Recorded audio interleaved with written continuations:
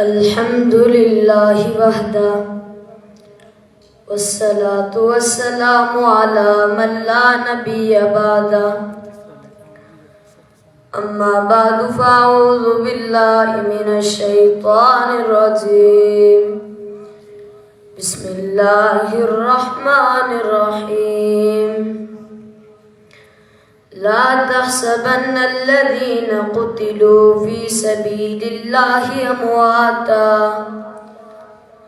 بل أحياء عند ربهم يرزقون وقال النبي صلى الله عليه وسلم الجهاد ماض إلى يوم القيامة او كما قال صلی اللہ علیہ وسلم۔ یوں بھی عبادت ہوتی ہے، ہم یوں ہی عبادت کرتے ہیں، یوں بھی عبادت ہوتی ہے، ہم یوں ہی عبادت کرتے ہیں۔ اسلام کی گلشن کی ہم جان دے کے حفاظت کرتے ہیں۔ جینے کا ہمیں کوئی شوق نہیں، مرنے کی ہمیں کوئی فکر نہیں، وہ مر کے بھی زندہ رہتے ہیں جو دین کی حفاظت کرتے ہیں۔ میرے واجب الاحترام علماء کرام اور ہم مکتب ہم سفر ساتھیوں، السلام علیکم ورحمۃ اللہ وبرکاتہ۔ آج میں آپ حضرات کے سامنے جس موضوع پر لب گشائی کرنا چاہتا ہوں وہ ہے صحابہ کا شوق شہادت۔ سامعین محترم، جب میری نگاہ تاریخ اوراق پر پڑتی ہے مجھے ہر جگہ شہداء کا بہتا ہوا خون نظر آتا ہے۔ تاریخی اوراق شہداء کے خون سے رنگین اور لبریز نظر آتی ہے۔ آئیں ذرا صحابہ کے شوق شہادت کو دیکھنے سے پہلے صحابہ کے رہبر اور سردار سرتاج المرسلین محمد مصطفیٰ میرے مدنی آقا کی تمنا کیا ہے؟ میرے آقا مدنی تڑپ کر فرماتے ہیں لَوَدِدْتُ أَنْ أُقْتَلَ فِي سَبِيلِ اللَّهِ ثُمَّ أُحْيَا ثُمَّ أُقْتَلَ ثُمَّ أُحْيَا ثُمَّ أُقْتَلَ ثُمَّ أُحْيَا ثُمَّ أُقْتَلَ۔ سامعین ذی قدر صحابہ میں شہادت کی تڑپ تھی، شہادت کا جذبہ تھا۔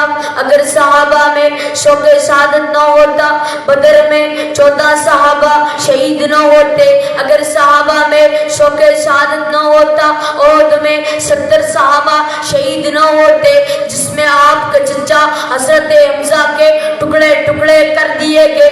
اگر صحابہ میں شوق شہادت نہ ہوتا خندق میں 6 صحابہ شہید نہ ہوتے۔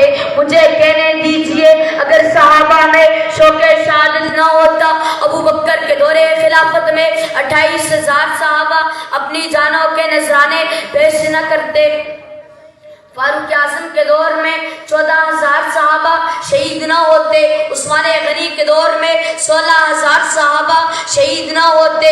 ارے میں تو کہتا ہوں اگر صحابہ میں شوق شہادت نہ ہوتا گھروں میں بیٹھ جاتے، بیوی بچوں میں بیٹھ جاتے۔ ارے کس کو اپنے گھر کے نرم بستر پر سونا پسند نہیں، لیکن سن لو جب میرے نبی کے یاروں نے میرے نبی کا کلمہ پڑھ لیا انہیں اپنے گھروں میں بیٹھنا پسند نہیں آیا بلکہ میدان کارزار میں تلواروں کے سائے میں چلنا پسند آیا۔